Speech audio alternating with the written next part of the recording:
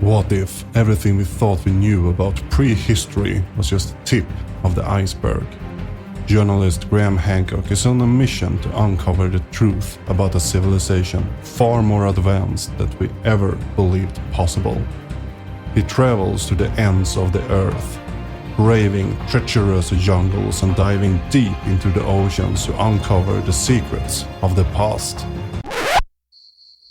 Wait, this can't be right. It sounds a little bit pseudoscientific to me. And there's no aliens in this? Aw, alright. We'll see what this is. Will he be able to uncover the truth before it's too late? Or will this ancient civilization remain forever buried under the sands of time?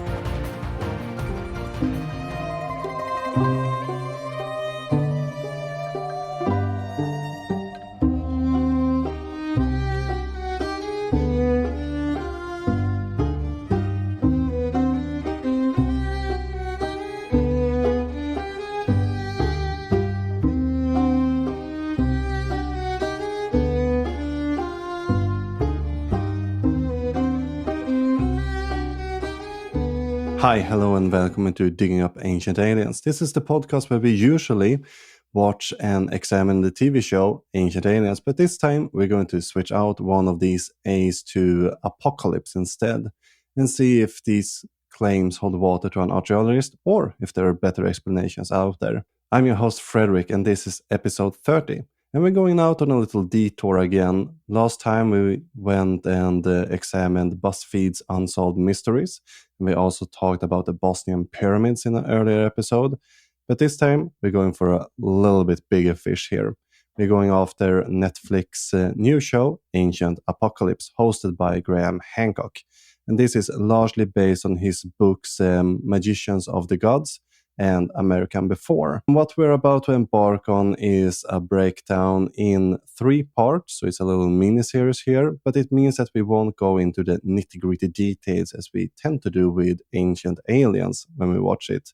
But I felt that people has already gone through many of these claims in such a great way that I think we should focus our effort a little bit more on the parts I believe others might have missed.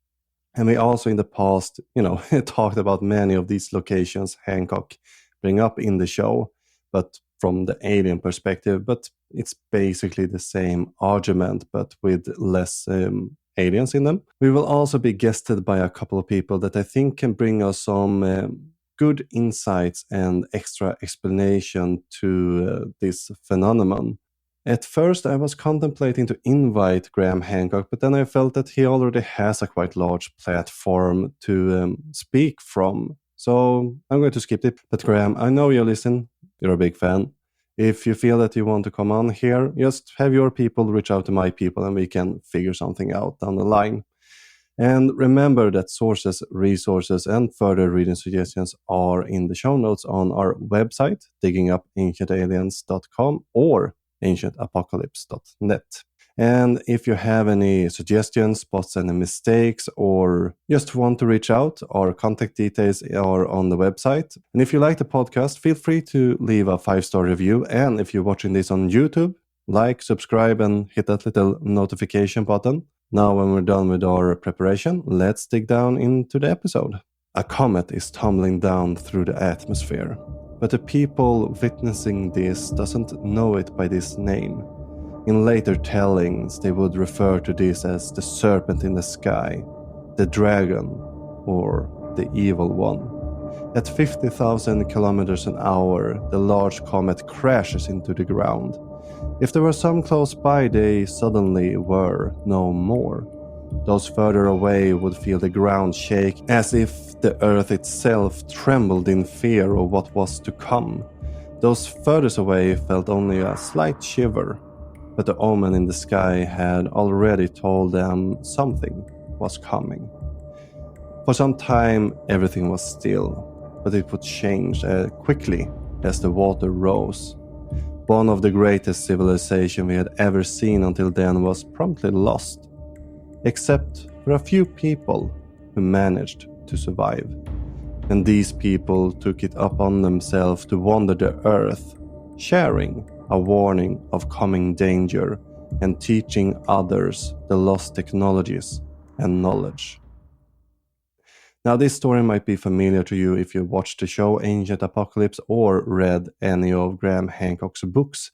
But this is not actually from Graham Hancock's writings. No, this is taken from a book called Ragnarok, The Age of Fire and Gravel by Ignatius Donnelly. We will get back to Donnelly later, but I'm bringing this up to show that the ideas presented in Ancient Apocalypse aren't really new. They've been around since at least the last century. And to contend with these ideas, we need to understand their origin. And to ease us into this first part of the exploration, I want to welcome our first guest. So I want to welcome Dr. Jeb Card, Assistant Teaching Professor from Miami University, who has authored Spooky Archaeology, and you were the editor of Lost City Found Pyramid. I co-edited that with David Anderson. And you also were the co-host of the podcast In Research Of.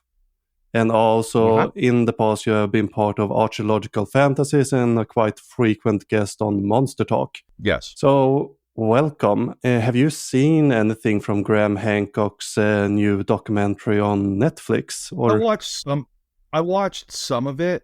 I wasn't terribly concerned about watching the whole thing. Luckily, it's not super long. I don't want to get into it, but you're going through all the ancient aliens. I'm working on a project that might be familiar. But I read reviews of what it was about. I'm like, I've read his stuff. This is a presentation of his stuff. It's not like, oh, here's my new idea. That's not a criticism. It's just I don't need to really sit down and watch all of it. I also haven't been I will not try to take apart a thing I haven't watched. No. You know, that's just ethical. So when I watched some of it, yes. No. Just parts that interested me, parts that I know one of the people on screen. I know from professional work, one of the people that's one of the talking heads, or talking head, one of the guests that he talks to on it. How did you feel that you represented this guest? Was it fair, or did you feel that it was heavily edited? I saw some of them on. I didn't watch their whole, again, I kind of bipped around. Yeah. Choices, I don't think I would have gone on that show, but, I'm not everyone. Yep. And I have looked at this stuff quite a bit, so I have some ideas about that. We'll get into some other things about it. So let's go back, and you've wrote for SAAA magazine an article. It was 2019, if I remember correctly. Yeah. John Hoops, who obviously has been in kerfuffle with Mr. Hancock and his fans recently over this Ancient Apocalypse show. He put together he asked people when America before, and that was, I think, why it really made sense, because SAA is a Society for American Archaeology. It very much has people who do not study the Americas, and certainly not North America, in it. And, when you go to their meetings, there's stuff from all over the world, but a lot of its focus is on, one, the Americas, and two, North America. And so when his book, America Before, came out in 2019, which really focused more on that part of the world than he had previously, although a lot of it's about Egypt. Yeah. A lot of it's about the Book of the Dead when he starts talking more metaphysically. John asked a number of us, both professionals and not, to contribute pieces to the archaeological record from the essay, which is, it's not their main peer-reviewed journal. That's the Latin American Antiquity and American Antiquity. It is the Bulletin for members, which most American archaeologists, most North American and beyond, are members of. I actually need to renew mine. But it's meant for them. So they opened it up to the whole, they wanted people to read it. But that bulletin is aimed at the archaeological profession. And so, yeah, I looked at his book, America Before, and also his larger ideology, and I didn't want to write a review. That wasn't the point. I kind of wanted to talk to that audience because I'm of the opinion that that there's been a category error. that a lot of takes, and it's not just Hancock, though I think he's probably the biggest one, but a lot of takes by professionals don't actually entirely really dig enough to understand what they're critiquing. And that's not a defense. I mean, my last line of my essay is, he is not a failed attempt at an archaeologist. He is a successful mythographer for a post-science age. I did not think he would take that as a compliment. I mean, there's some, but it was more that attempting to approach this from, this date is wrong, but we're still talking material is not really actually what's going on. But what's your opinion on where Hancock comes from? Does he want to change the paradigm of archaeology as we do it today, or are we harking back towards the early 18th, 19th century? Well, I don't think it's about archaeology. It is about archaeology, but it's about something bigger. He's very, and this is why it annoys me. Now, I will say, again, I haven't watched the whole show, but from summaries, reviews, people talking about it, this is not very apparent. I would not call it a bait and switch. It's just, it's an 8-hour show, or 4 hours, 4-hour show. There's only so much, but this part is not as explicit in the show, but it's explicit in his writings, it's explicit in his other appearances, that he is very much, and I would say this is part of a larger paranormal unified field theory, interested in consciousness, interested in the soul. And that's why I mentioned the Egyptian Book of the Dead shows up. He tries to make comparisons to, and there are some similarities, like there are through all different kinds of narratives, but to concepts of cosmology and how the nature of the world and the universe in Mississippian, Eastern North America. It doesn't have to be around the Mississippi, it's just a term. But Eastern North America, indigenous thought, usually considered after 500 or 1,000, but probably older, almost certainly older. Ideas about beyond death, transformations, ties to astronomy, and so on. He talks about how he finally basically says it's Atlantis, this global civilization before the Holocene was not advanced as much in physical technology as in psychical technology and whatnot. So it's not just, I will see archaeologists go, well, we change our paradigms all the time. Like, look, we don't believe Clovis first anymore. We haven't for decades. That is true.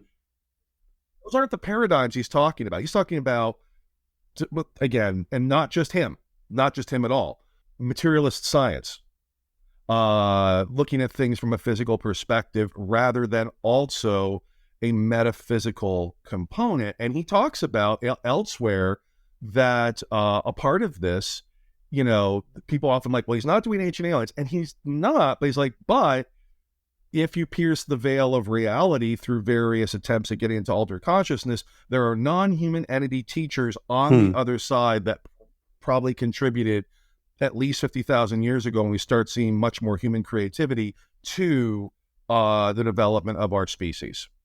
That's not ancient aliens in the von Daniken sense, and I wouldn't use the word aliens, it's much more complex, but that's been there since at least his book Supernatural in the early 2000s. I mean, he ends the book with, I'm going to go see the fairies, when he takes shrooms at Avebury. Yeah. Avebury is arguably where scientific archaeology began. So he wants to get back to a more esoteric look on science. He is one of several people. There's Jeffrey Whitley Strieber and Jeffrey Kripal's book, Supernatural. I haven't read his Super Humanities yet.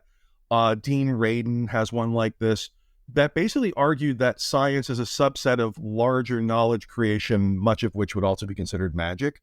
I think their ideal scientist would be Isaac Newton, given that he spent just as much, if not more time in alchemy as he did in physics and calculus.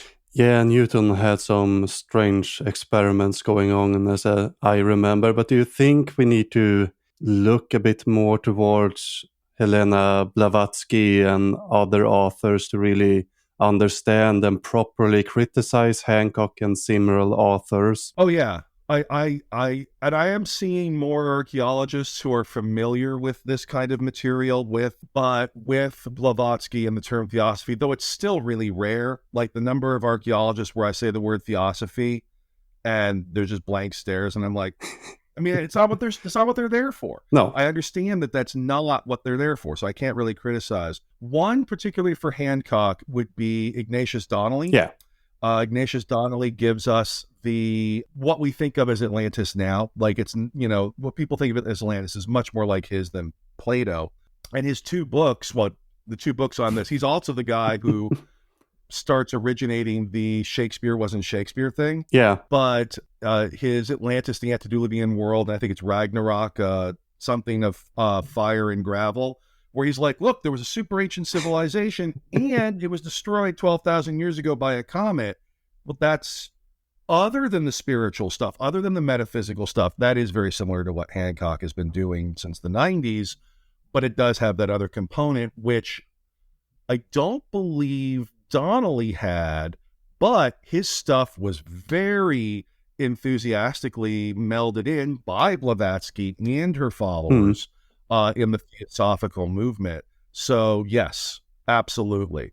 It would not hurt people looking at this stuff to maybe also be familiar with Charles Fort and with Richard Shaver and Ray Palmer, but that's a larger discussion. Yeah. And John Keel. Within your chapter in Lost City Found Pyramid, Steampunk Inquiry, you bring up that they often fall back on these older writings because it's in public domain and easily accessible. Do you think that affect how people look at archaeology due to the accessibility? Well, I don't think that's actually the main reason. I've heard others suggest like, oh, well, it's out there, you can use it. I don't actually think that, that doesn't hurt, but I don't think that that's the primary. And also they're not around to say, no, that's not what I mean. I think it's because it is before professionalization. Professionalization is not just a thing of archaeology or the academy. It is tied to the rise of a sort of, a professional middle class. You really don't have the concepts of professionals before the 19th century. It's skilled people, but they often got their positions via patronage and relationships versus, oh, I did a civil service exam or I went to university or whatever. Yeah. And that notion of the professional hits the academy in the 19th century. And the very first professorship of archaeology is the Disney chair at, I want to say Cambridge in 1851. And that's classical archaeology. The first one in Egyptology is in 1890. It goes to Sir Flinders Petrie at University College London. Well, no, wait, it may not be there. I think it, anyway. But it's really in the 20th century. The professionalization process is largely done by about 1950, 60, depending on what part of the world you're talking about. But you need credentials. You need to be part of an institution. There are standards. You can't be the hero saying what you want. Yeah. I think that's why they like the stuff before that, because it has that message, it has that importance. It is not, peer review. And I honestly think the rise of somebody like Eric von Daniken in the 1960s, it is very interesting that is around the same time that there are developments in archaeology where publication is actually much more aimed at tenure and going further in a professional institution with the growth of the universities as state-funded things. The fact that, I like to say, I ask archaeologists, who's the most influential student of archaeology or archaeology writer of the 1960s? And they all say, if they're Americans, oh, Louis Binford, because he's like the sort of big figurehead of the new archaeology profession. I'm like, no, it's Eric von Daniken. Even though I don't believe that he's right on anything, but he's influenced far more minds. Yeah, he is. And so, no, I think that's why that stuff is useful, because and also they were very happy to talk about these kinds of issues. There had not been that divide with, oh, we're getting rid of Margaret Murray and the witches, or we're getting rid of using psychic vibrations to find Glastonbury and so on. They weren't. So it's more trying to reject and repeal the development of professional science. And the same thing is true in things like cryptozoology. You look at parapsychology. Yes, are they doing their little experiments with machines? But they're constantly citing stuff from the 19th century. And if we try to look a bit forward, what can academics, archaeologists, and others who engage in these tactics better, engage with the pseudoscience? You bring up, for example, 2 examples how mainstream science engaged and kind of won in your chapter. What is it? The crystal skull and Bigfoot? Yeah. So the Bigfoot one was going on at the time with a lot of genetics. And I have thoughts about that because it's only taken somewhat in the community, because now they're like, well, Denisovan DNA. And it's like, okay. The crystal skull thing, obviously there are still people who are all about it. But the fact that there was solid research, and especially physical research, as much as I hate to say, I think on these topics, history is very much one of the best ways of going forward, like looking at the history of these concepts and all that. That said, the sort of thing in we love genetics, we love AI, machine learning culture that often seems to have more gravitas for the larger public is DNA or scanning electron microscopy. So in the case of the crystal skulls, there's been I want to just show this off. The only relation I have is that I reviewed it, not peer reviewed it, but book reviewed it. This is a fantastic book, and I believe it is either out or coming out in paperback. The man who invented Aztec crystal skulls is about Eugene. It is basically a biography of Eugene Bobon. It is by Jane McLaren Walsh and Brett Topping. They solved the mystery. Oh, they are like, this is where they came from. Yeah, this was their inspiration. It is a really important book if you're interested in these sorts of topics. Yeah, that's a great book recommendation right there. Yeah. And so that kind of study, like actually looking at these things. Before I will let you go to work, we have brought up, and Hancock talks about this too, Kukulkan and Quetzalcoatl as being white. And I know that you are specialized in... I have studied both colonial, like 16th century colonial Spanish, which mostly wasn't Spanish, it was indigenous people, archaeology in Mesoamerica, as well as classic Maya archaeology, and I've contributed in things with epigraphy, which is inscriptions, working on some of the few inscriptions in El Salvador, that sort of thing, because it's on the edge of that world. That topic, it is complicated. It's not complicated like, well, it's part. It's like, no, it's complicated only because you got to dig into the history. But no, that seems to largely be a creation of the Spaniards from the Spanish colonial. And there are people who have written more on this. There's actually a pretty good discussion of this. It's a good website. I shouldn't say there's a good discussion.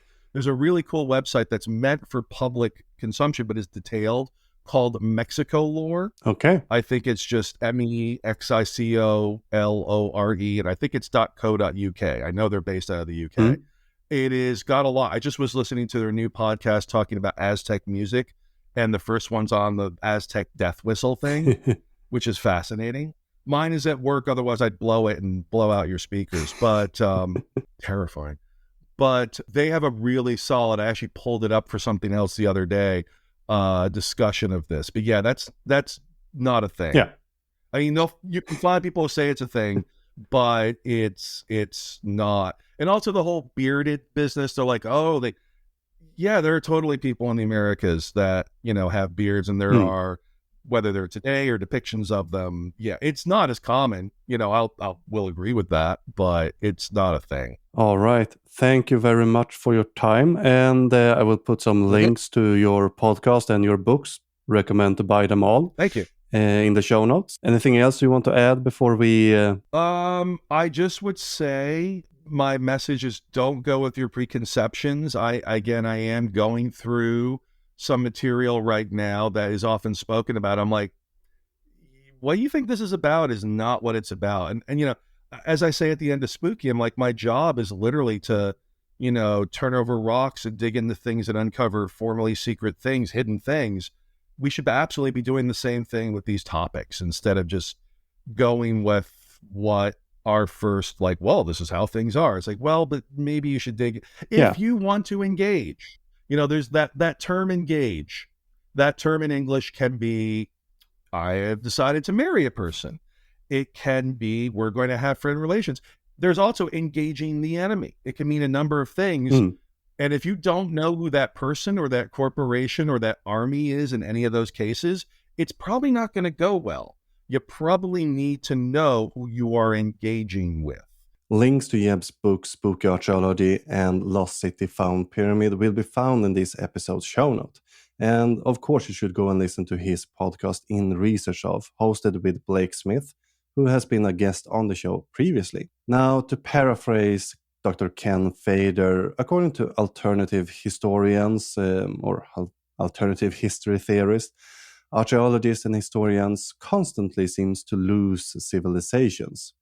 And I would argue that losing track of an abandoned site might be a bit natural, but what differentiates a lost real site from a made up lost site is that we usually find the real ones sooner or later. And we also uncover them where we expect them to kind of be. Take, for example, the most known example, maybe Troy. Now, Henry Schliemann is attributed as the discoverer, and he did that in 1873. But people have suggested the site of his relic since at least 1822. And to be honest, Schliemann probably made the site a big disservice by excavating it by himself. It's been discovered that he has faked quite a lot of artifacts. For example, Priam's treasure and a lead figurine that had a swastika scratched into it. Another place that was lost and found is the town or little village of Truso, described by Wolfdan. Now compare this to more fabled civilization like Lemuria, Mu, and, well, Atlantis, or El Dorado, or the lost city of Sea, or any other location that's been lost.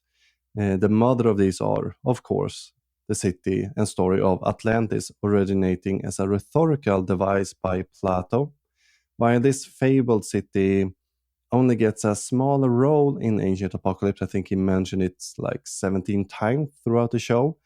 Hancock's idea would not be much without Atlantis, to be honest. And to truly understand the hypothesis of Graham, we need to understand Atlantis and what this legend birthed, in a sense.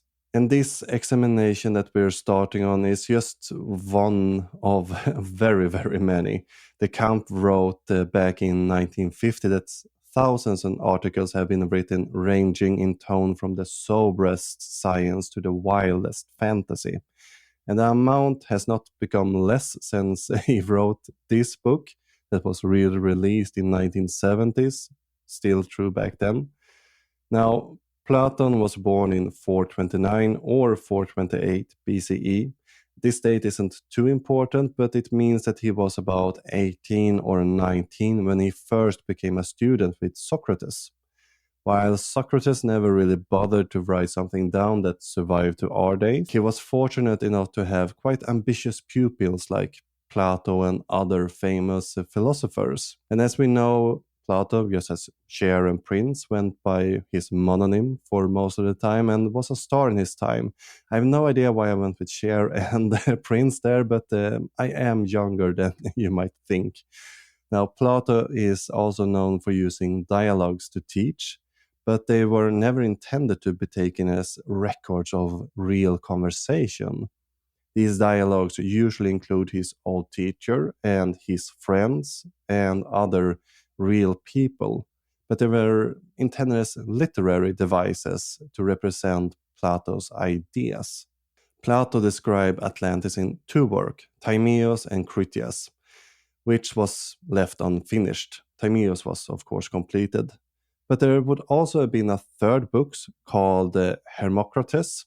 Now, these books were to elaborate on Platon's The Republic. They even took place the night after the discussion, and this was in 421 BCE. So that means that Plato was about 8 years old at the time when this took place, so he probably wasn't in participant. And the books was written in 355 BCE, putting Plato's in his 70s. And if we read Timaeus, we learn that Socrates wants to continue discussing the perfect society. While we today might see Socrates' ideal society as rather fascist, nonetheless, he gives his pupils the task of describing an ideal society and how it would perform against Athens. Hermocrates proceeded to throw Critias under the bus by volunteering him to Socrates, most presumably steaming with fury and planning his revenge on Hermocrates. Critias go on and starts to tell a story to Socrates and the gathered people that was told to him by his grandfather, he claimed at least. Now, the grandfather has first conveyed this story during a festival called Apaturia, during which young lads could win prizes for their literary inventions. So everybody told a story during this festival. But it was not Critias the older, which of course Critias' grandfather was also known Critias. No, it was told to Critias' grandfather by Ropites. Of course, this is not the original source for the Atlantis story either. No, that was a Greek sage named Solon, who in turn had heard about this from an Egyptian priest in 590 BCE. And if we plot out all these people involved in this story, it means that Plato is retelling a 235-year-old fictional story at this point. Now, if we start to read the Book of Timaeus, we will learn that it contains an introduction to Atlantis, and as we learned in a previous episode, it's located outside the Strait of Gibraltar, or outside the Pillar of Hercules.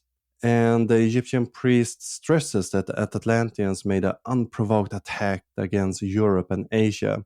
And if we read the book, we see that Critias is trying his best to paint the Atlanteans as quite evil enemies to Athens. The floor is left to Timaeus, who will then go on and speak a little bit about the universe origin and the origin of everything. Now, if we head over to Critias' books, we learn that he first chit-chats about how ancient Athens and how it was in there 9,000 years before. And just by coincidence, Athens back then match on the letter Plato's idea of a perfect republic, so to say. Isn't it a bit mysterious that it just happens to line up? We then learned that the decadent Atlanteans started as a noble people with a godly pedigree, but they would turn corrupt as age went on. So debased, actually, that Zeus decided that something needs to be done, and he is going to teach them Atlanteans a serious lesson. And just as Zeus is about to regate his plan to his collected gods, the story just ends mid-sentence. Plato seems to have abandoned it there and never went back to finish it. And unfortunately, he would go on and die just a few years later. Luckily, or maybe unluckily for us, we learned in Timaeus that Atlantis would go under in a large cataclysm that would end also ancient Athens. Now, I challenge you to find another ancient source that also mention Atlantis or a similar myth. So far, none have really been able to locate this, and trust me, there are several who has made pretty good attempts there. Isn't this a little bit strange? Sure, we haven't found every little bit and piece of the ancient literature, but if you combine the sources from Egypt, from Babylon, from Sumer, from Phoenicians, we don't see a single mention of either Atlantis or another story similar to it, really. And Herodotus lived only a century before Plato, and he never mentioned Atlantis or a story similar to this. And, he's the father of history or father of light. He was known to, write about stuff that maybe wasn't really entirely true. But we don't see any mention in other historians' work that specifically write about the military conquest and the stride of the Athenians' military power. Isn't it a little bit strange that they leave out this Athenian victory over this great evil empire? I feel so, but very well. Most likely it's because they knew that Plato wasn't describing real history. He was using this as an allegory, so to say. And when we look at this all together, it becomes clear that Greeks and other that came after Plato saw this as a fictional invention by Plato as it was intended. Plato put the story in what to the Greek was a mysterious ancient times, just as authors today do similar things. Saying Atlantis is real is like claiming Middle Earth is real and that the Shire was located in Flen in Sweden. You might object and say that Critias explained that the story is true. Well, still Tolkien does similar thing. If we look in the Fellowship of the Ring, in the prologue, we learn that this book is largely concerned with hobbits. And from its pager, a reader may discover much of their character and a little bit of their history. Does it mean that hobbits were real, that Tolkien had access to real historic text about hobbits? Probably not, and sometimes authors claim the story is real to, make it more interesting for the reader. And for centuries, the story about Atlantis was just that, a story. But it will not stay like that forever, because sometimes stories has other plans. Now, before we get deeper into what Atlantis has to do with everything, and we have a more in-depth discussion of the topics we brought up with Jeb Card, I need to explain the base of some of the parts of Hancock's argument here. We need to talk about hyperdiffusion. What is hyperdiffusion and what makes it more excited than normal diffusion? When archaeologists gab about diffusion theory, we usually mean this in the sense that we trace how and where artifacts unfurl. Diffusion is not just used in archaeology, but also in history, in geography, and even economy. And we can observe how a type of object or information spreads from a culture to another. And we know that our ancestors traveled far and wide and encountered different people on their journeys, which led to imitation and, most importantly, trade. And we often see single trait diffusion, that a smaller item is traded or gifted between culture. This does not mean that the different cultures even had to be in contact with each other. Many cases, artifacts passes through several cultures and people before the travel is over, and we find it in a cultural layer when we excavate a site. Note that this process rarely is just one-sided. Trade went, two ways, so different items went back and forth between the civilization, and we also see a lot of imitations in, an area where maybe the resources that used to create this item is scarce. So, for example, in late Neolithic Scandinavia, the import of copper was relatively late in our history. But the concept of these very beautiful daggers was known and people wanted it. So they started to make copper dagger imitation from flint that was, available to the people in Scandinavia. The replicas was so detailed that you can see the little stitching where the leather on the handle goes. And archaeologists can sometimes talk about the complex diffusion. And these is when a culture imprints itself on another culture. And these cases are quite rare and far in between. It's usually the result of either war or colonization. And if we turn the volume up to 11, we get hyperdiffusion. That's that all cultures and techniques can be traced to a single origin. For example, V. Perry and Smith argue that ancient Egypt was the penultimate source of all civilization, technology, building, everything came from Egypt. Hyperdiffusion was also used in a new work trying to explain how this, what was saw by the people back then as primitive people could build these marvelous monuments. And this view is very colonial in a sense and has been used to defend scientific racism and, include a lot of white race mythologies, for example. Now, diffusion is one of these 19th century ideas that's been replaced by a post-processual argument. Gordon Child and others were using diffusion mechanisms, but started to implement a more Marxist approach to them. The focus became more how diffusion worked in an economy environment. But it wasn't until 1970 and the publication of Colin Renfrew's book Before Civilization we start to see a shift towards a post-processual approach. Renfrew used, for example, radiocarbon dating to show that megalithic structures in Europe were independently invented in different areas and different times, while diffusion was used before to, explain the rise of megalithic structures in Europe.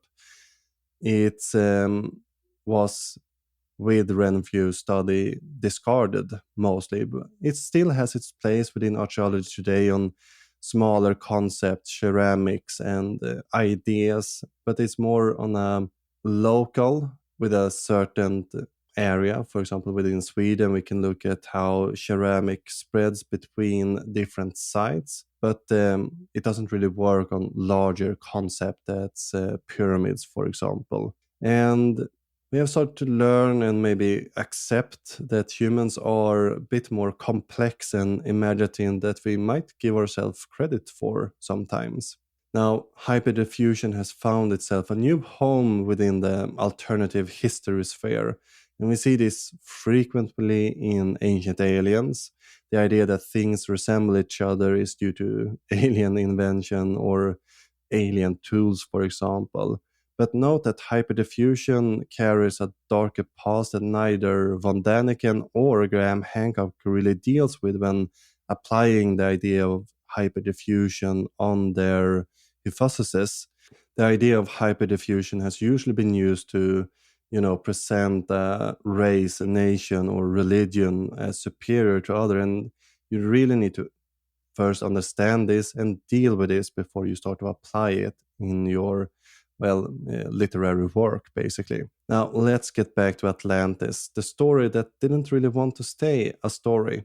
Almost a millennium went by with no claims towards Atlantis reality, but it would change with Lopez de Gomorra's account in Historia General de las Indias that was published in 1552. In it, he notes, quote, "But there is no reason to dispute or doubt the island of Atlantis, since the discovery and conquest of the Indies plainly demonstrate that Plato wrote about these lands. And we are no strangers to Spaniards making things up to justify or try to finance their expedition. Pedro Sarmiento de Gamboa also thought Atlantis was located in the Indies, just before he in his book started to talk about how, as he put it, the barbarians of Peru's blind opinion to their own origin. Now, it's not only Spanish people we should blame here. Other nations also contributed to these ideas, like John Jocelyn, Abbé Charles Etienne Brasseur, and Auguste Le Plongeon, were a few who contributed to the Atlantis myth. The two latter even translated the Madrid Codex or the Toronto Codex in late 1800, getting widely different translation from each other and to what it actually says in the Madrid Codex.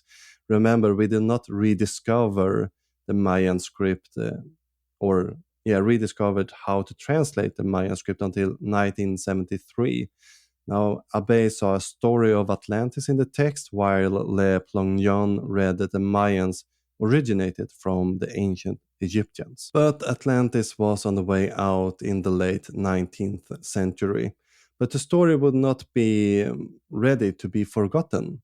Let's reintroduce Ignatius Donnelly, the man we talked about in the opening, who told us a tale eerily similar to these ideas presented by Graham Hancock. Donnelly was an American who became a lieutenant governor at the remarkable young age of 28. Now, Donnelly would move on and hold political office as a radical Republican, and as for the time, he was quite progressive, actually. He supported the suffragette movement, was against child labor, and was a proponent of, somewhat racial justice at least, even if the later part was hugely colored by racist bigotry. and is maybe best shown in his later novel, Dr. Hujetz, which deals with rather brutal situation for formerly enslaved people. While he discussed this in a rather progressive manner, we see how racial science of the time shines through, and he talks that people of color can't learn when they get older due to the thickness of their skulls and rather horrific ideas that was quite common back then. And these racist ideas echo through the novel, and we even see this in Atlantis, the antediluvian world. White people in the Atlantis books is portrayed as the rightful ruling class of Atlantis, while all color exists in this Atlantean place where barbarians first became civilized. And the hyperdiffusion in Donnelly's work, Atlantis, the antediluvian world, is nothing the author is really trying to conceive here. At the book's opening, we get 13 points that he will try to prove in the book. And number 3 is that all civilization we know is originating from Atlantis. Later, he expands and repeats that all cultures must have been derived from some common source. Now, while Donnelly might have been progressive for his time, he's still far from our current ideas. And to explain the complex buildings of Mayans and Native American, he insisted that a race of pure blood lived there before Europeans started to come to the New World. The base of this claim isn't new or just thought by Ignatius Donnelly. For example, as we talked about in a previous episode, the president of the Chicago Academy of Science, J.W. Foster, spoke in similar terms and ideas. And even if this racist idea was about to be starting to be thrown out, it was, and still is to some extent, a long road to walk down there. Now, Cyrus Thomas' careful investigation and debunking of the mound builder myth would not be released for another 12 years. Now, Donnelly's evidence for diffusion range far and wide, and nothing is too big or too small to include. One part he claims to be evidence is that Atlantis had art, and so do everybody else, all other culture has art. While it's a true statement, it does not really account for the differences in between the art in different cultures. If the origin of the art were a single source, wouldn't it be more similar and not show signs of evolution and adaptations? If we look at Mayan, Greek, Egyptians, or Indian art, we can clearly distinguish between them. Even if we look at petroglyphs, they look really different and was used with different methods between different cultures and times, except for art being made with tools and being pretty to look at. Is not that much the point. It's to a single source of origin. Now, another point Donnelly brings up in the book is that the new and old world both had bronze. But as Professor Ken Fader points out, he does not really account for the diverse ingredients in the alloy. In comparison, old world bronze is made with copper and tin, while New World bronze is made with combining copper and arsenic. There it is again a clear indication that these technologies evolved separately. Same with agriculture. While the concept can be found across the globe, the technology and the approach to it differs widely between the different cultures and regions. For example, in Europe, it's heavily dominated by wheat and barley. It's grown in separate fields. But if we look at Mesoamerica, for example, we have maize, beans, and squash that's grown in a sort of triad together in the same field. And things does not get better in the sequel or semi-sequel Ragnarök, where Donnelly argues that a meteoric impact caused the continental drift of Earth. And the evidence for this, according to the book's narrative, is preserved within our mythology, shared through generation as a warning. If it happened once, it can happen again.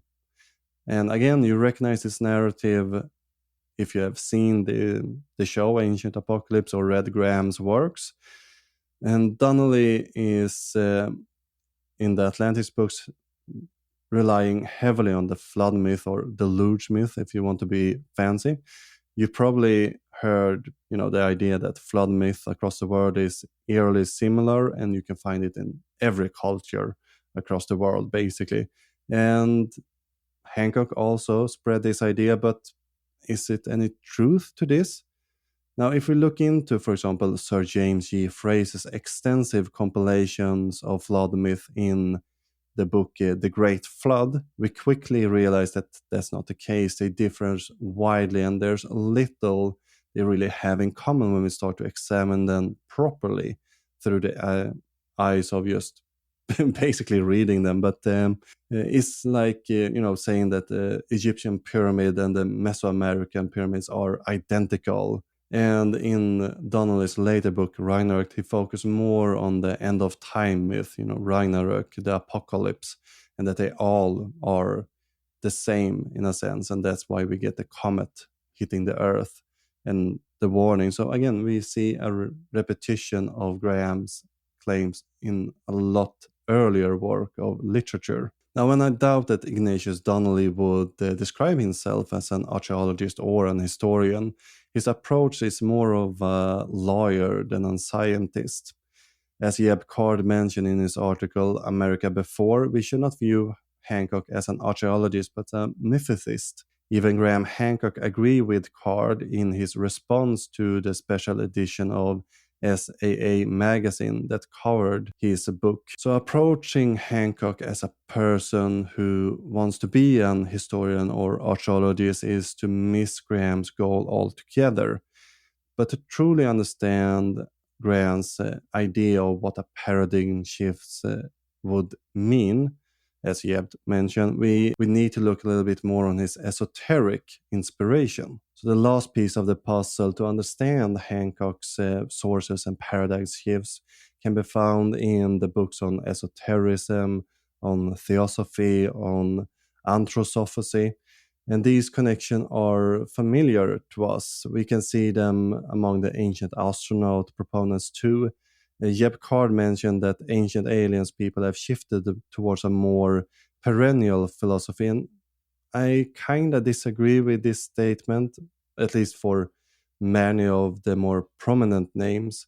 What comes to mind is, for example, maybe Philip Coppens and Robert Scott, putting this more esoteric approach to the ideas. But it's more than perfectly visible, on the other hand, in Graham Hancock's writings. Now, I would argue that Helena Blavatsky and Rudolf Steiner are somewhat a foundation on how Graham approached these mythical stories. Within Theosophy, you collect all myth and put them in a barrel, and the ones with the most similarities are supposed to be taken as literal accounts. At the end of the day, it sounds like diffusion with maybe some more magical steps involved. Just because something is similar, it doesn't really affect the truthfulness of the statement, to be honest. It might have helped if Blavatsky had added some more criteria on how to difference between true accounts, but yeah, she never really did that, to be honest. Now, one core thought in Theosophy is that all philosophy and religion originate from one source. Does it again sound a little bit familiar? Now, here's a quote. No one can study ancient philosophies seriously without perceiving that a striking similitude of conception between all.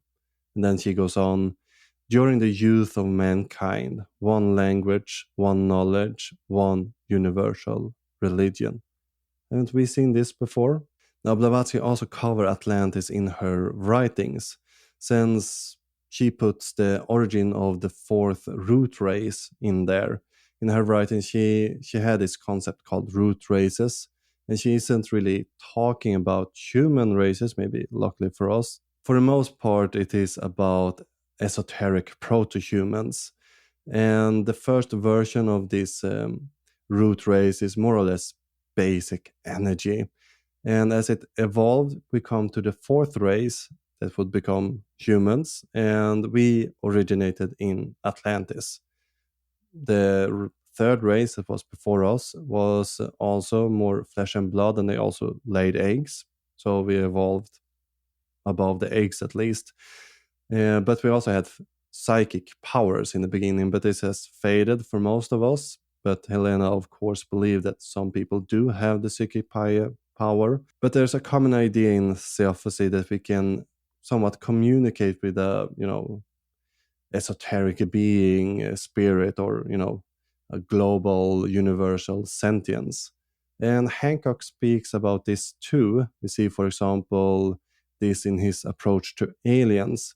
Now, he don't believe that ancient aliens came here and built the pyramids. No, but they are here on Earth in a sense of a higher form, that there's a consciousness connection among people who have been abducted or had an encounter of the third kind. So they're here in a more magical sense, an esoteric sense. But we also see the ideas of Rudolf Steiner in Hancock's writings, but not so much in the Ancient Apocalypse series, but it's more apparent if we go and read the 2006 book Supernatural, not connected to the TV show, which was re-released with a new title, Visionary, last year. And while Steiner was influenced by Theosophy, he tried to have a more scientific approach to these ideas. We also have the notion of subrace, but Steiner also incorporated more racist, nationalist, and anti-Semitic ideas from his time, and also was highly influential in the Nazi movement and their approach to race and race theory and race sciences. But Steiner talks a lot about science and how to access the spiritual world from a predominant scientific approach. We should not forget Edgar Cayce and his influence on Hancock's work. Cayce is maybe more known as the sleeping prophet. Well, the source of some jealousy because he was able to sleep on the job. And this prophet is one of the original sources for the idea of the much, much older Sphinx, for example. And he came to this realization through his visions. Many of them were about Atlantis. Now, Cayce claimed to have lived some 700 lives in this allegorical city of Atlantis.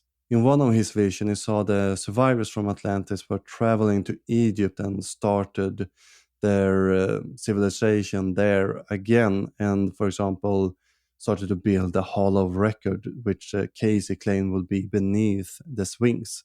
And what time did this happen? Well, 10,000 BCE, of course. And we saw Cayce's influence on, for example, Robert Scott in an earlier episode. But I think it's important to note here that Cayce wasn't too familiar with the original material. He was illiterate, for example, which made it quite hard for him to read Plato from the start. But many of his ideas from Atlantis and their connections to the global consciousness stems mainly from his client that took part in his faith healing sessions. And they were more often theosophists, so they talked about Blavatsky's work with him, for example. And it is to this sphere of magic that Hancock wants to bring science. It's not really to overthrow post-processualism or even Clovis, or revert to diffusionism all again that Hancock is really after. No, it's to get back to the time where university was part science and part magical show. As Card put it, he wants to become Newton, kind of.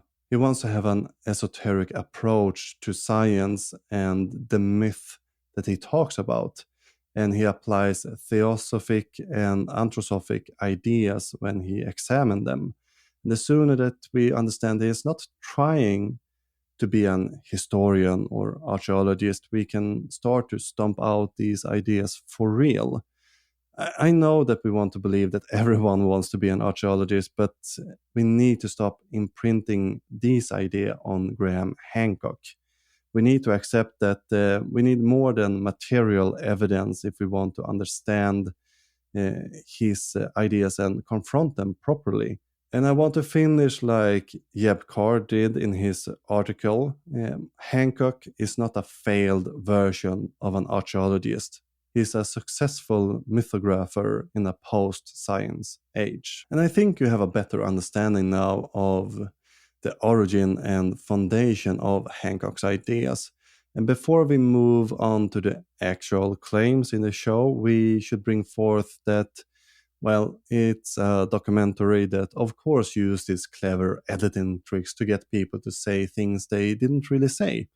And we see this a lot in Ancient Aliens, for example, and this is so common that experts aren't really surprised. We have reports coming that experts who agree to appear on the show have been edited out of context. For example, Katja Stroll from Heritage of Malta wrote online that she had been heavily edited and quoted out of context. And Ancient Apocalypse and Ancient Aliens are not the only shows and documentary that use these clever editing tricks. It's so common that there's actually a documentary about the phenomenon, and to help us with some tips and tricks to spot pseudoscience and talk a little bit more about these clever editing, I want to introduce our next guest on the show. So I would like to welcome Brian Dunning to the show. Welcome. Thank you. Thank you. A lot of fun to be here. You have been hosting Skeptoid for, 17 years now? Since 2006? A long time, yes. 2006. And released some 860 episodes in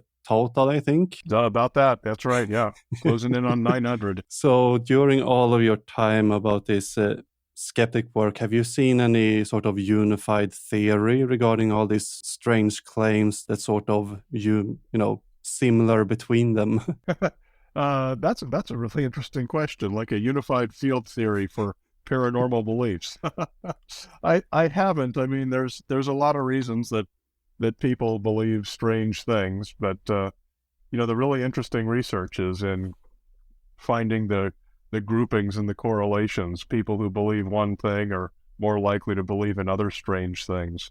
Everyone tends to have their threshold, and they tend to believe all the weird things below that threshold, and they tend to reject the weird things above that threshold for how far out there those things are. And everyone is somewhere on that spectrum. We all have some beliefs that aren't true. Yeah, that's very true. And you don't like the term debunking, right, as I understood from your show. Why is that? Debunking is just a very dismissive term. It suggests that you automatically don't believe anything and you're just going to reveal what's wrong with this idea or this belief system. And to me, that's an inherently negative process. You're only out there to take people's cherished beliefs away, which is that's never my intent. It's often part of the process when you're trying to show what's amazing and what's interesting about a strange belief. And whatever it is, it might be how and why this belief exists, how and why it spread, what were the causes of that. You're trying to provide a positive experience, something you can give to everyone, so everyone comes walking away saying, wow, that's really neat, I learned something new. And just unfortunately, along the way, you have to say, well, the popular version of the story isn't true, but here's why we know that.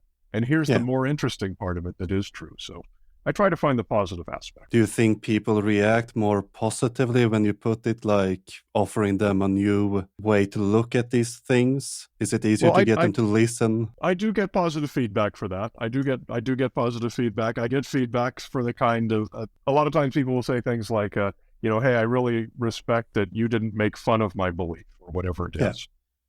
I try to always keep in mind, who is the person who is least likely to want to listen to this show? And I try and put something in there that will make that person want to listen. That's a good approach towards this. During all of these episodes, I think you have stumbled upon Graham Hancock at least 5 times, maybe that more from your show notes. Sounds about right, yeah. Do you feel that you're familiar with his work, or are he just a name floating out there? Well, I'm not. I certainly don't study his work. I don't read his books. I know who he is, obviously, because he comes up in so many different in so many different episodes. I tend to not spend a lot of time studying or engaging with the people who are promoting an unscientific perspective on whatever it is.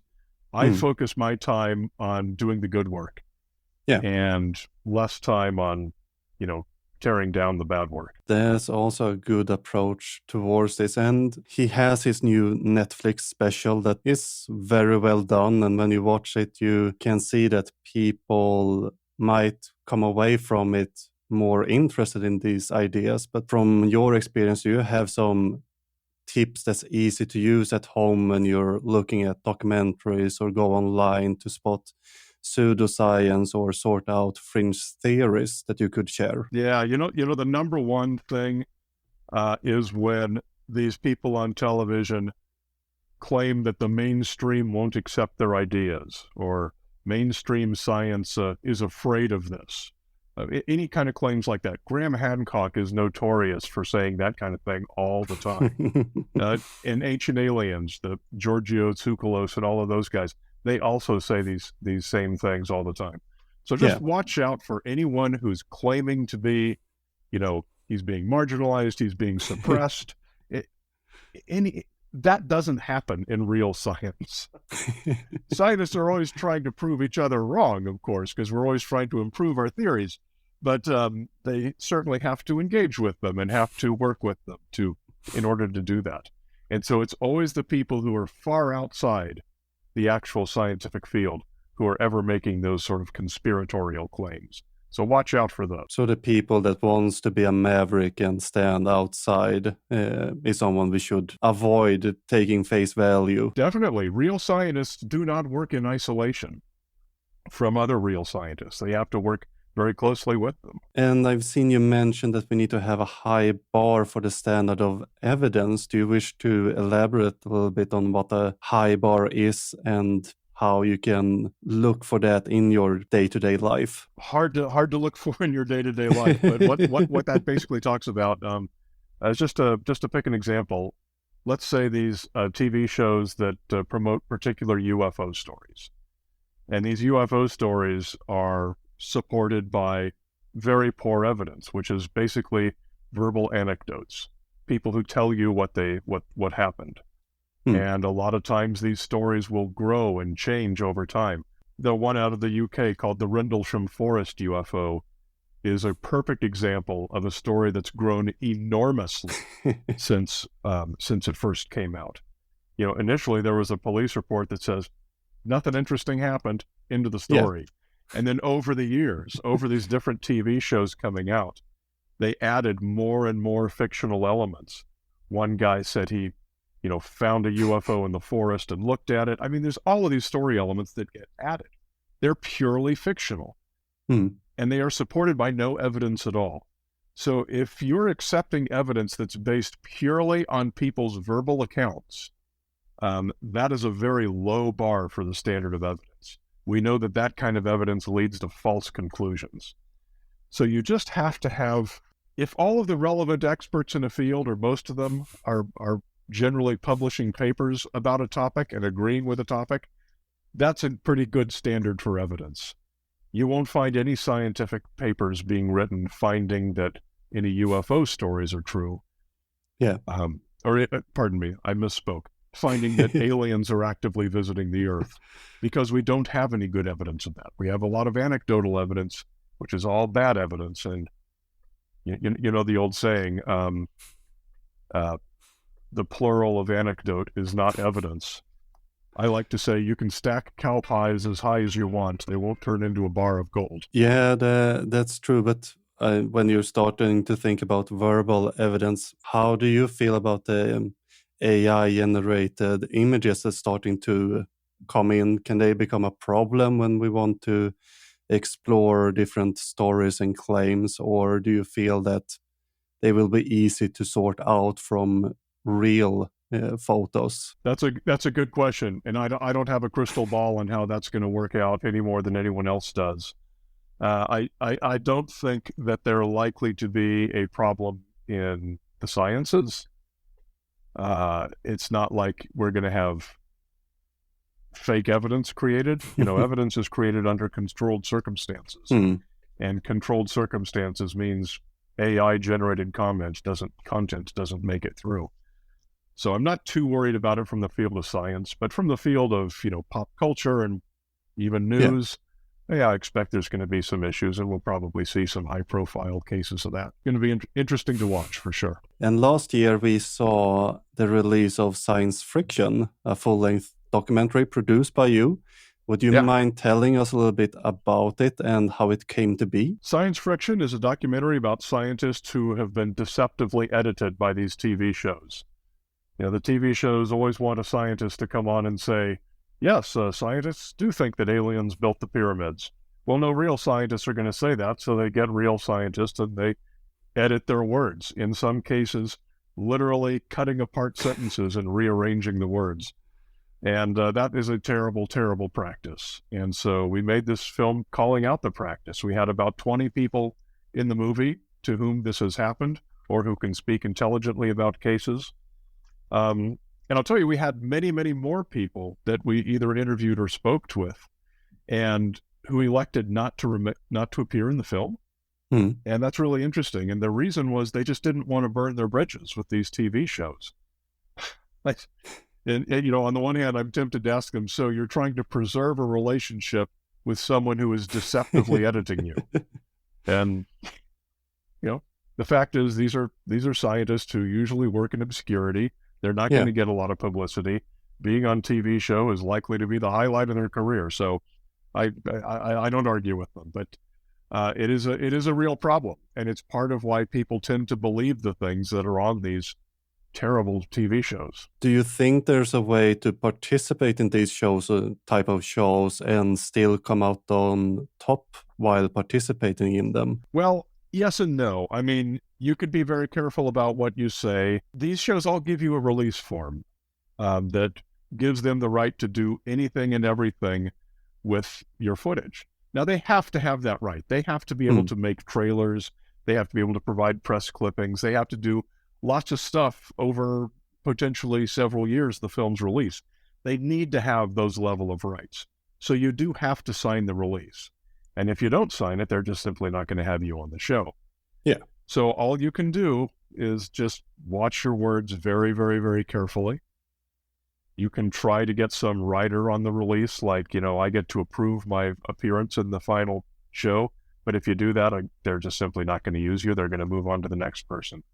So it's a difficult problem. It's a difficult problem indeed. And is there any advice that you would give to expert that's approached by these type of filmmakers and shows when they try to decide, if they should participate or not? Research them, research who they are, research what the show is, find out what kind of a show it's likely to be. And that's usually pretty easy to tell. And if it's a questionable program, don't appear in it. Yeah. Just wait until a better show comes along. That's really the best advice I can give, which is most of the time, don't do it at all. That's actually sounds very reasonable. But it's a good documentary, and I recommend highly to see it. I enjoyed it a lot back when I saw it on release, and I also encountered with a few that's been on Ancient Aliens, Sarah Seeger, for example, who also mentioned, you point out that even if you choose your words carefully, they will find a way to put it in a different context sooner or later. But they sure will. To come back, Hancock, there's been a lot of roughing in at least archaeologists who's recently discovered this pseudo-archaeological sphere. And should we debate pseudoscientists in, the traditional debate type of arena, one versus one talking on stage? Do you have any insights on that type of approach? Yes, I do. This is a point that I've been making for a long time. I think you should basically never do that. Scientists should not debate pseudoscientists. Because when you have a debate at all, you are telling the public that there is a debatable subject here, that there is something worthy of conversation, that's something that can be hashed out. And so if you've got a legitimate Egyptologist debating Graham Hancock or something, anyone who sees the poster for that is going to say, oh, there must be some of these big questions. Maybe there were an ancient Atlantis culture before the Egyptians, or whatever it is that they're trying to believe. Second of all, you're always going to lose the debate. And the reason you're going to lose the debate is that you as the scientist are constrained by the facts and what's real. Yeah. And so you have a very limited amount of information you can present. The person you're debating is not restrained by anything at all. He's got tons and tons of manufactured false history, and he can just continue making it up as he goes. And he's got so much false history behind him that there's no way you could be prepared to address all of those points. So it's very, very difficult for a scientist to win a debate against a pseudoscientist, and you shouldn't have it anyway. So I just think it's a bad idea all around. There's also been talks about having a dialogue, for example, on Joe Rogan and similar talk shows. Is that also something we should avoid, or would a discussion be like a debate? Yeah, I mean, it's basically the same situation. If it's on Joe Rogan, yeah, there are no rules. Rogan is notorious for bringing on people who are complete pseudoscientists from beginning to end, and he gives them credibility because his show is popular. Now, if this is in front of Congress or something like that, well, then people are on your own. And now all of a sudden the pseudoscientist has a lot less that he can say. But that's not really the way most debates work. So I'm not a fan of the discussions any more than the debates. Yeah. So you're saying that we should have this in Congress, these type of debates. If it has to happen at all, then those are the kind of conditions that it needs. You've got to have some accountability for people to stick to real facts. No, I don't. In the real world, there is no accountability. I don't want to keep you too long, but you also have a new project that kind of ties into this show, the UFO movie They Don't Want You to See. Would you mind to expand? Yep. Who are they, and why should we see it? Yes, thank you. Yeah, so the UFO movie They Don't Want You to See. That's my new film project. It's in post-production right now. Hoping it's going to come out here in Q1 of 2023. That's been the plan anyway. And who is they? That's the question everyone asks. Who is it? Who is the they that they don't want you to? Well, obviously the title is kind of just a fun play on words. It's kind of, it gets attention, and we started calling it that as a joke, and eventually it just stuck as the real title. And when we started talking about what should we actually title it, this is still the one that got the most positive response. So we're using the UFO movie They Don't Want You to See. But interestingly, during the production of the film, a good definition for they kind of became apparent. And it is true that there is a segment of people out there who do not want audiences to have a science-informed opinion of the UFO phenomenon. Namely, the producers of all of these TV shows. They want people to be open to anything. And having a science-informed audience is, counter to that goal. So there is a they. It's the UFO movie that the TV shows don't want you to see. And where can people go to find more about the movie? Do you have a web address? The website is theufo.movie. And yes, that's a real URL, which I didn't know before I did this. The UFO.movie. We're sending out little film clips on a weekly basis. So there's a little mailing list you can get on to receive those film clips. And there's no spam, and you can unsubscribe. But it's a lot of fun. I'm having a lot of fun editing it, and looking forward to getting the scoring and all of the other post-production stuff done as quickly as possible. Yeah, it sounds really amazing, and it's released hopefully Q1. That's the plan. The black box for that is the color grading. The companies that do the color processing for a film. I have not been able to get on anyone's schedule yet. Everyone's very, very busy right now. So that might be the only thing. If it doesn't make it into Q1, it would be for that reason. I'm just trying to get the color scheduled as quickly as I can. All right, let's hold our thumbs that it's quick and easy. Yes, thank you. I'll take that paranormal assistance. Well, thank you for your time, Brian. Well, thank you for having me. It's always a lot of fun to talk about this stuff, and you give me a chance to promote my projects, and so I really appreciate that. You're very, very welcome. You will find links to Brian's podcast Skeptoid and the documentary Science Friction and the UFO movie They Don't Want You to See in the show notes below this episode. Before we close out for tonight or today or whenever you watch this, I want you to know that there's a more extensive list on how to spot and identify pseudoscience on the website for this episode. Next time we will have a closer look at the claims in each episode, and we will again have a couple of guests with us to help us with this. But till then, remember to leave a positive review everywhere you can, such as iTunes, Spotify, or to your friend at The Trench. I would also recommend visiting diggingupancientaliens.com to find more info about me and the podcast. You can also find me on most social media sites. And if you have comments, corrections, or suggestions, or want to write an all-cap email, you can find my contact info on the websites. You should also go to ancientaliens.net to find some more info on and criticism on this Netflix show. And you find all sources and resources that I used to make this episode in the show notes, where you also find further reading suggestions if you want to learn more about these different topics we brought up.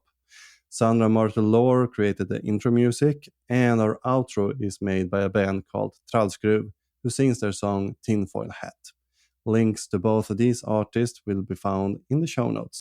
Until next time, keep shoveling that science. Jag redan är besatt, men jag skyddar mig för jag har foliehatt. Och så säger ni, det är en galen fantasi att ingen manipulerar oss med telepati. Ni tycker att jag redan är besatt, men jag skyddar mig för jag har foliehatt.